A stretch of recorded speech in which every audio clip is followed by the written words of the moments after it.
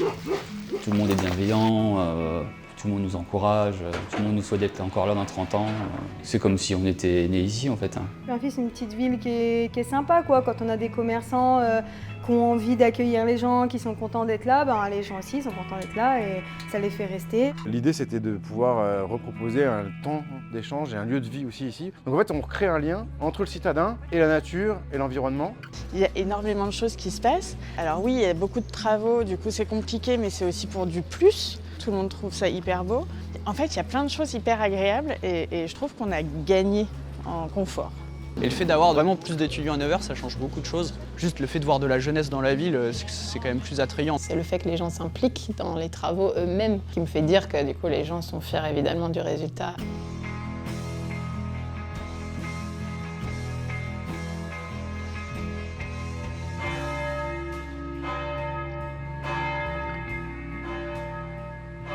Je suis Régis Albignac, paysagiste concepteur. Je suis installé à la Charité depuis 5 ans et je travaille dans le Val-de-Loire. Bon, là, c'est la tour à projet. Hein. Ah ouais, c'est là. On est dans une rue quand même très passante avec voilà, une pression de la voiture qui est forte. Et donc j'ai proposé de végétaliser ces barrières pour qu'elles aient un autre usage que simplement empêcher des voitures de stationner. Donc du coup ça devient des supports de plantes grimpantes, c'est plus des barrières. Ici on est dans le sens on va vers la Loire. Donc rien que le matériau de sol, là, un peu le cailloutis comme ça, mais j'avais demandé à l'entreprise. Moi, ce que je veux, c'est un béton qui ressemble à la grève de Loire. Il y a eu une dizaine d'échantillons de faits, on a validé avec l'architecte bâtiment de France. Et puis voilà, après dans les jeux d'eau, il existait déjà une borne fontaine comme ça, donc on l'a réparée. Et puis toutes les descentes d'eau qui descendent des habitations vont dans une citerne d'eau qui est sous la place. Et donc les services viennent se brancher, prennent de l'eau qui est issue de l'eau de pluie. Donc, là, on est vraiment dans de l'eau gratuite. Le mur, là, on l'a démonté, on l'a inversé, on en a fait des marches. Et puis là, il y avait la place avant où on comprend qu'il y avait déjà une terrasse. Et puis dans l'usage, voilà, on a conservé l'usage de la terrasse. Et les voitures, elles sont parties vers la route plutôt que vers les façades, ce qui a permis de dégager l'espace, de faire un truc un peu sympa. Je vois les gens qui passent, il y a des touristes, des habitants, etc. Ils voient les choses évoluer. Donc en effet, ils disent que c'est très, très joli, etc. Enfin, ils sont contents, quoi. En conception, on s'inscrit dans quelque chose qui vient pas de nulle part, quoi, qui est dans une suite logique d'aménagements successifs.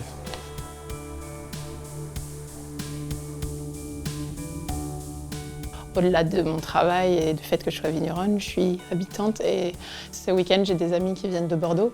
Eh ben, je suis très fière d'avoir une route qui est refaite devant chez moi, plus de nids de poules, des vrais caniveaux. Enfin, tu vois, je suis contente de pouvoir les accueillir. Et ça donne du cachet à tout, un ensemble, aux maisons, à tout. Déjà, on va commencer par le commencement. Je suis Lucia Mineur. J'ai racheté le domaine Régis Minet. C'est pour ça que je suis revenue à Pouilly. Et je suis fière et je suis heureuse aujourd'hui d'être à la campagne, dans mon village d'enfance. Il y a eu des choses déjà qui ont été enclenchées à Pouilly, la revitalisation du bourg, toutes les routes qui ont été refaites. Donc il y a une présentation et un accueil qui est différent, on va dire, pour la population globale, ce qui est très important en fait pour moi-même. Parce qu'autour du vin, il y a du tourisme, il y a une attractivité, les gens veulent venir, se déplacent pour aller dans les caves. Et donc du coup, évidemment que tout l'environnement extérieur et le village en lui-même a son importance. Ça fait partie de l'image aussi et de la valorisation de l'image de marque du domaine, bien évidemment. Par exemple, avant, j'avais le réflexe d'emmener les gens déjeuner et je les emmenais à Sancerre. Et là, maintenant, il y a le parking, la place qui ont été refaites, il y a le chai qui a ouvert avec la végétation, avec les places de parking, tout l'agencement qu'il peut y avoir, la tour qui est juste à côté. Ça a du charme, ça a du cachet et là, ça a du sens pour moi d'emmener des gens qui travaillent avec moi dans mon village manger dans un restaurant que je connais, avec quelqu'un qui m'accueille, qui me connaît, il y a quelque chose d'agréable, bien sûr. Du coup, il y a une fierté de la part des habitants d'être dans un village comme ça qui sait aussi se renouveler et qui sait aussi aménager et créer des espaces de vie qui soient attractif et agréable pour le quotidien. Et ça, je le sais parce que les habitants, en fait, ils sont là, ils sont présents, ils suivent les travaux. C'est même presque eux les chefs de chantier. Et moi, à un moment même, j'avais la peine pour les gars qui font le chantier parce que chacun avait son mot à dire, chacun voulait apporter sa pierre à l'édifice et s'inquiétait du résultat. Le défi, c'était surtout permettre de réduire la vitesse du centre-bourg, où on avait vraiment un grand alignement de chaussées, une largeur de voirie importante. Donc l'idée, c'était tout de remettre à niveau les trottoirs au même niveau que la chaussée pour permettre d'abaisser cette vitesse, faire une déambulation qui favorisait le piéton. Le côté 30 à l'heure, c'est vraiment bien parce que ça ralentit la circulation. Moi, j'aime aussi beaucoup le grand parking au-dessus pour les scolaires. Les cars où les enfants, ils arrivent, ils ont leur petit coin à eux. Je trouve ça, c'est vraiment bien pensé, c'est vraiment superbe.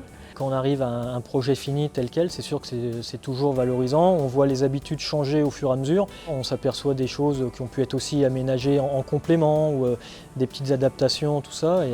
Et ça permet de voir que finalement, on a participé à l'amélioration du confort de vie des riverains. Et puis oui, ça fait toujours plaisir, quoi.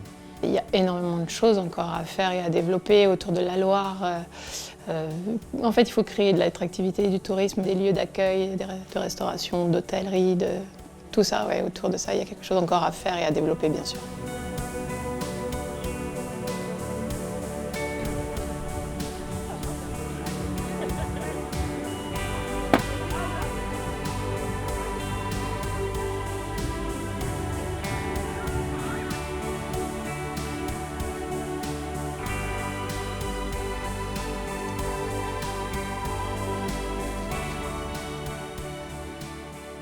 Les premiers écrits qu'on a trouvés, c'était en 1703, je crois, et c'est les moines qui cultivaient ici pour alimenter la ville. Donc ça fait 300 années qu'il y a des légumes ici. C'est une terre très riche, très noire. C'est de l'or, hein. On a de l'or sous les pieds là. Clairement, une terre comme ça, c'est introuvable. C'est une zone qui a été protégée par Natura 2000 dans les années 2010. Après, les élus, devant le constat que tous les maraîchers allaient arriver en retraite assez rapidement, il fallait remettre en route une filière légumière sur la ville si on voulait préserver la zone. Ils ont bien la place de se poser. Voilà. Je suis arrivé en 2013 sur un espace test agricole mis en place par l'Aglo et la ville de Nevers à l'époque. Donc j'étais pas obligé d'avoir des résultats économiques trop vite. Je pouvais prendre le temps de me former, de mettre le pied à l'étrier, de bien mesurer aussi la quantité de travail à fournir pour pouvoir dégager un salaire, etc. Donc du coup, ce dispositif-là m'a permis vraiment de m'installer en sérénité. Ça c'est une super initiative. Enfin, moi si je m'installe, j'espère profiter de ça aussi. J'aimerais être à mon compte parce que je veux avoir personne sur mon dos et je veux gérer moi-même mon exploitation. Je me dis que ça serait bien aussi d'avoir un peu d'élevage et en fait je ferai en fonction de ce qui manque ici. Si c'est pour faire quelque chose que d'autres font, ça sert à rien, ça rajoute du surplus, quoi. En moyenne, c'est tout bon, ça me semble bien. Ok, parfait. Bon, parfait. Merci. Une botte de coriandre. Une botte de carottes. C'est toi qui donnais ça. Ouais. Et 200 grammes de mesclun. Tout frais récolté du jour. Hein. Alors un grand. C'est une AMAP. Donc on prépare des paniers de légumes pour des gens qui adhèrent à l'AMAP en fait. Merde, le jour où je suis en retard, il y a la télévision. Ça y est là. 600 grammes, tu peux mettre. Je tiens à la permanence 2 à 3 fois par an. On nous sollicite, mais de manière très agréable, pour venir préparer les paniers, pour les fournir aux adhérents qui, comme moi, viennent chercher leurs légumes. On vient avec nos moyens, on vient discuter, et surtout surtout au départ, le gros intérêt, c'est d'échanger avec les maraîchers. Là, on est dans du direct. C'est surtout dans les coulisses de ce qu'on fait, et ça a plutôt du sens, quoi. Et en fait, d'un seul coup, ils changent le regard qu'ils ont sur le légume ou sur leur façon de consommer, et puis ils essayent de trouver justement les bonnes ficelles environnementales pour un avenir un peu meilleur, quoi. Avec les circuits courts, on sait ce qu'on achète, on sait ce qu'on mange. Donc dans la map, il y a plein de producteurs, hein. Il y a de la viande, il y a des fromages, en fait on peut pratiquement se nourrir complètement. Et c'est ça l'intérêt. Alors c'est du circuit court et nous ça nous va très bien.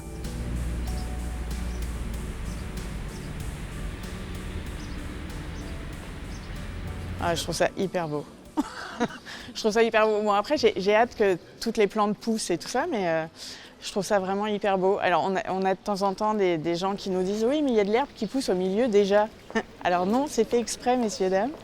Voilà, mais malheureusement, il y a eu aussi, depuis le début de l'année, plusieurs fermetures. Donc, enfin, voilà, c'est un peu mitigé. Après, le résultat, tout le monde est fan. Je sais qu'ils essayent de faire venir pas mal de franchises. Je pense que c'est bien parce qu'il nous faut des locomotives, mais pas que. Là, on est allé au marché, on revient, on traverse la rue, machin. C'est sûr que c'est très sympa d'aller en ville aujourd'hui, ça donne envie. Même les bords de Loire qui ont été retravaillés aussi, c'est hyper agréable. C'est un peu triste à dire, hein, mais c'est encore un peu le cliché à Paris de se dire mais ça va, vous avez des trucs. Et oui, on peut avoir une jeunesse sympa, on peut avoir une jeunesse cool à Nevers, ça c'est clairement possible. Après, moi, ce qui m'a frappée quand je suis arrivée, c'est que les gens n'aiment pas leur ville. En fait, ceux qui apprécient le plus Nevers, c'est ceux qui ne sont pas du coin, j'ai l'impression. Nevers et alentour. Hein. Après, j'ai lancé une gamme Nevers et là, je me suis rendu compte que finalement, bon, ils l'aiment quand même bien. Ils ont un discours qui n'est pas forcément positif, mais ils l'aiment quand même bien, cette ville.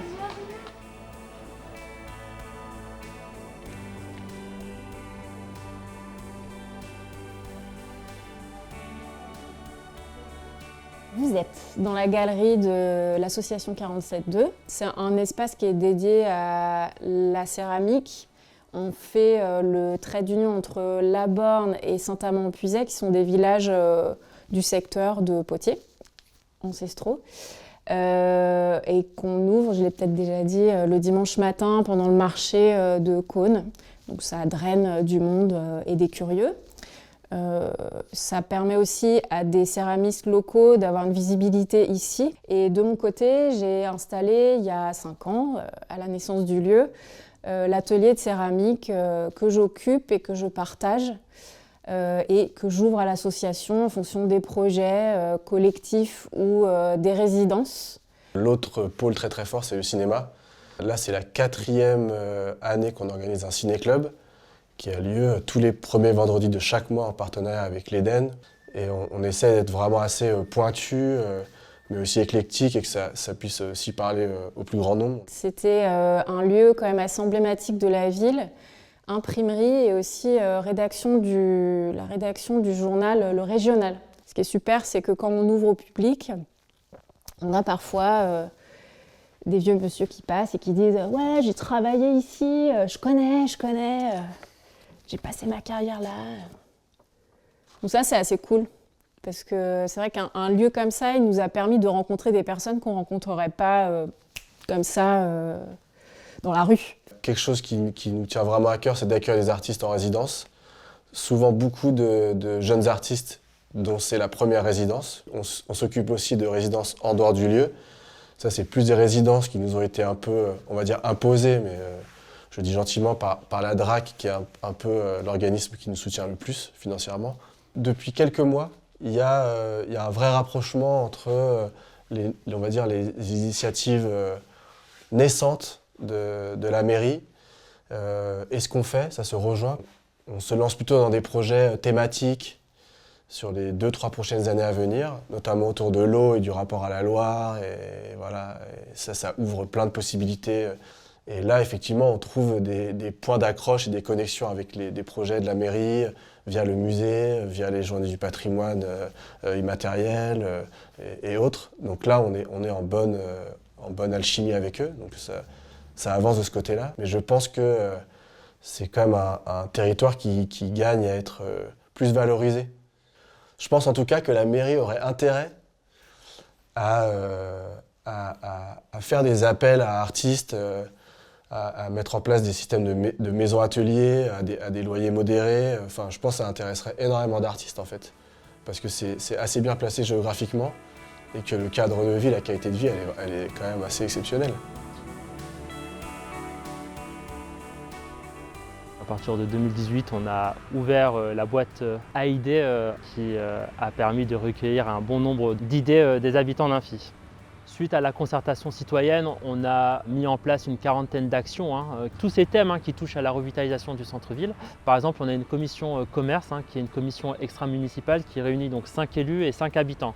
Grâce à ça, on a pu maintenir ou attirer de nouveaux commerces en centre-ville d'Imphy. Boucherie, il va y en avoir une très bientôt. Salle de sport, il va y en avoir une très bientôt. Améliorer l'offre de restauration, donc il y en a une depuis quelques mois.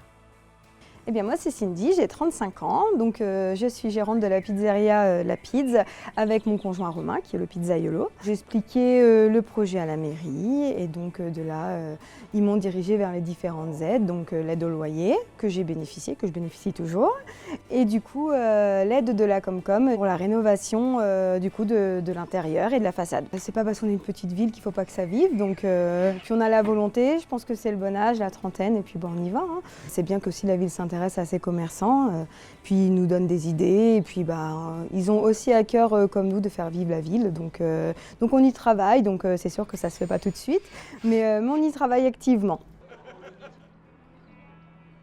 On est très heureux aujourd'hui d'accueillir Adrien et Hélène, qui nous viennent de l'Aisne, donc qui sont venus jusqu'ici pour prendre ce commerce. Et depuis le mois de décembre, c'est un réel succès. Ils nous ont emmené des spécialités du Nord et ils ont repris aussi des spécialités nivernaises. Moi j'étais choqué, hein. Un petit village de 700 habitants qui bouge autant. Un peu comme moi j'ai découvert le Nord quand j'étais un peu plus jeune. C'était, tout le monde était ensemble, tout le monde discutait ensemble, on sortait, on se connaissait tous. Ça me rappelle un peu ça ici.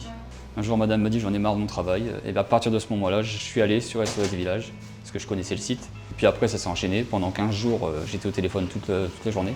Je tombe sur l'annonce, j'appelle, comme j'ai appelé déjà les maires d'avant. Et puis Adrien me dit tu viens la semaine prochaine. On va manger au resto et on en parle. Donc j'ai dit allez, c'est parti, on fonce. On arrive le 14 septembre.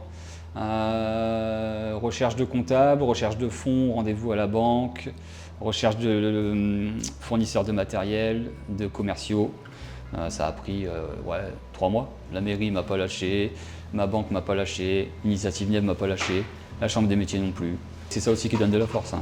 Pas être tout seul. C'était aussi le but, hein, de trouver une petite équipe, on va dire, qui m'entoure et puis qui me booste un petit peu aussi, même si j'étais déjà boosté, hein, tout seul. Hein. Tout le monde m'a convaincu, j'ai vu qu'ils avaient envie de retrouver leur petit boulanger de village. Je sais que je connais mon métier, que je peux leur faire plaisir tous les jours. Le contact avec la clientèle et le fait de faire plaisir, en fait, c'est le premier salaire que nous on a en fait. Je suis en fait rassurée et fière d'une certaine façon aussi que de l'autre côté, il y a un travail qui soit fait et qui soit suivi. Parce que je me dis, finalement, moi, je peux faire évoluer ma part, faire ma part du job, et je sais qu'à côté, il y a un travail de fond qui est fait aussi et qui réfléchit dans ce sens-là. Faut renouer le lien en fait, qui existe entre le paysan et la société civile. Il n'y a pas de pays sans paysans, clairement. Alors demain, si vous voulez éradiquer les paysans, vous vous retrouverez sans identité et sans lien avec la terre et le terroir. Et donc sans produits de bouche de qualité aussi portés. Oui, je pense que la présence d'artistes sur un territoire elle est fondamentale. Les artistes, c'est avec l'art qu'on fait société. S'il n'y a pas d'art, il n'y a pas de questionnement, il n'y a pas de réflexion, il n'y a pas de remise en question. Il y a des liens qui vont manquer entre les gens. Ça fédère. C'est évidemment politique de revenir s'installer ici quand on est jeune et qu'on a fait des études sup intellectuelles. Pour moi, ça fait partie d'un mouvement de décentralisation. On ne fait pas que de la pizza, nous on est vraiment aussi proche de l'humain. C'est aussi les clients qui nous tiennent, c'est pour nous qu'on le fait, mais aussi pour eux. Voilà, la terrasse, je l'ai fait pour moi, mais c'est aussi pour la ville. J'ai eu une cliente qui n'était pas de Nevers et qui me disait mais moi j'adore en fait, c'est super beau, c'est super agréable. J'ai dit mais mettez-le sur les réseaux. Ah oui, la revitalisation, c'est de l'attractivité, mais c'est au final au service de l'attachement de notre territoire. On continue finalement la transformation du village, sauf qu'on le fait avec les habitants, ce qui n'était pas le cas avant, et je trouve que c'est une richesse. Quand on vient vivre ici, on n'a pas d'autre choix finalement que de devoir aussi adopter la vie d'un village. Maintenant, il y a certainement des choses à penser aussi communément et ensemble, parce que on ne peut pas chacun travailler dans notre coin et du coup comme ça profite aux uns et aux autres, je pense qu'il y a quelque chose peut-être à faire en commun. Ouais.